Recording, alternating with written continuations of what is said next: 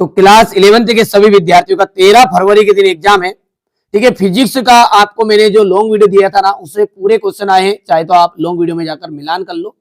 Biology के लिए भी मैं प्रॉपर तैयारी कराऊंगा, आपकी घबराने की कोई जरूरत नहीं है। ठीक है, चाहे आपके पास सेट ए आया हो, बी आया हो, सी आया हो, डी आया, ई या एफ, कुछ भी आया हो, मेरी जवाबदारी, यदि मैं जो क्वेश्चन पेपर दे रहा हूं ना उनको आप सोल्व करोगे तो पूरी जवाबदारी, कुछ नहीं पढ़ा है, जब भी मैं 70 में से 65 नंबर आराम से दिलवाऊंगा।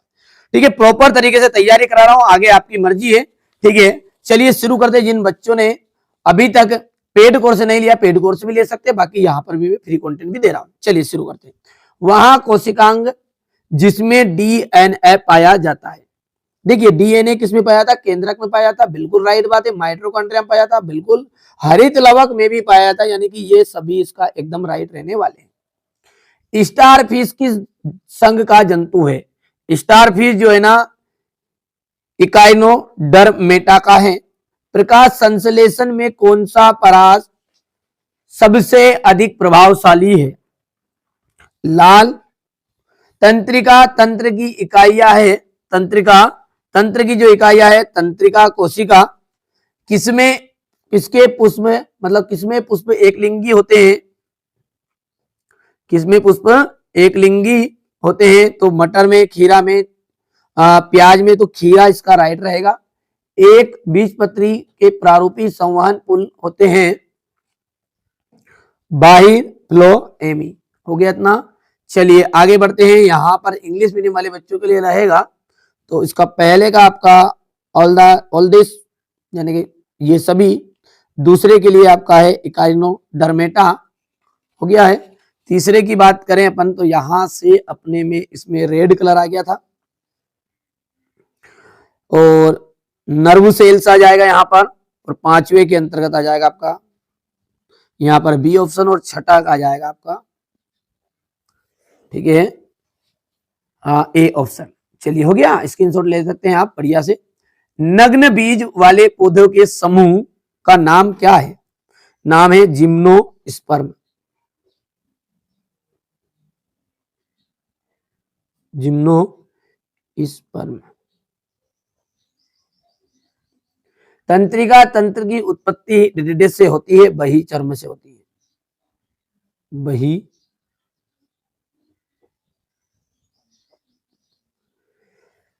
क्रेब्स चक्र में रिक्तिस्थान कोशिकांग में होता है। क्रेब्स चक्र है माइटोकॉन्ड्रिया कोशिकांग में होता है। माइटोकॉन्ड्रिया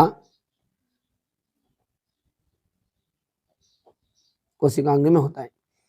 पक्षी वर्ग की हड्डियों में होती है। पक्षी वर्ग की हड्डियों में क्या पाई जाती है? तो खोखली होती है उसकी हड्डियां, खोखली। कीटों में शोषण किसके द्वारा होता है? तो ट्रेकिया के द्वारा होता है कीटों में शोषण। हो जाएगा ट्रेकिया।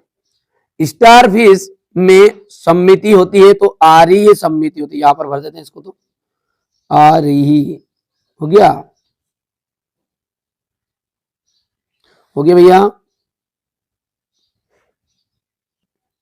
यहां पर देख सकते हैं आपका क्वेश्चन नंबर 2 का इंग्लिश मीडियम वाले बच्चों का भी भर देना है। बाकी बेटा यहां से मैंने ऑलरेडी भर भी दिए हैं हिंदी मीडियम के लिए, तो एक बार जरूर ट्रांसलेट कर लीजिएगा। कभी कभी क्या होता है यार, मिस्टेक्स है, ठीक है, हिंदी मीडियम पे हम ज्यादा फोकस करते हैं तो थोड़ा बहुत गलत हो जाता है, इसलिए आप एक बार जरूर मिलान कर लीजिएगा। मैं नहीं चाहूंगा कि आपके नंबर कटे, ठीक है। चलिए अपना है सही जोड़ी, तो सही जोड़ी में ऑक्टोपस, ऑक्टोपस का आ जाएगा कटकीय प्लेट। क्रेब्स चक्र, क्रेब्स चक्र का जाएगा माइटोकॉन्ड्रिया। सेल्यूलोज का आपका जाएगा पॉलीसेकेराइड। कीट, कीट के अंदर आ जाएगा आपका ट्रेकिया। और ऑक्सीटोसिन का आपका जाएगा एड्रीनेलिन।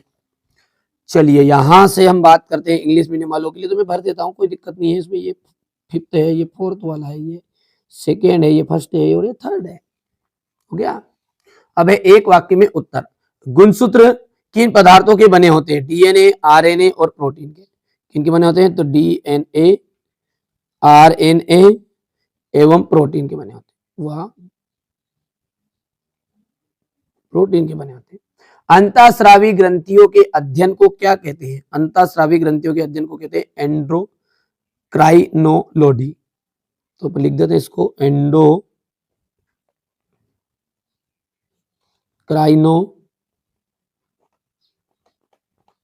पूरी प्रॉपर आपको पीडीएफ भी मैं प्रोवाइड करा रहा हूँ। देखिए उसके पीडीएफ के लिए चार्जेस लगते हैं यार, फ्री में थोड़ी चीजें मिलेगी सारी की सारी चीजें, ठीक है। तो जिसको लेना है ना वही कॉल करें।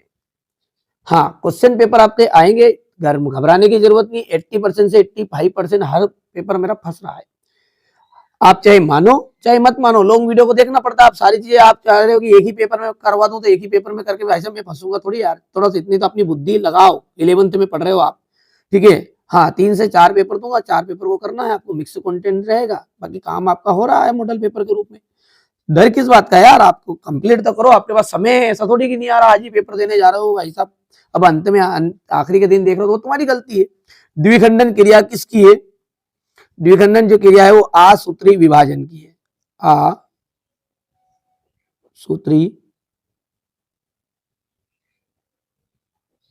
आसूत्री विभाजन की। अमीबा का प्रचलन अंग कौन सा है? अमीबा का प्रचलन अंग है कुटपाद। नाखून किसका बना होता है? काइटिन का।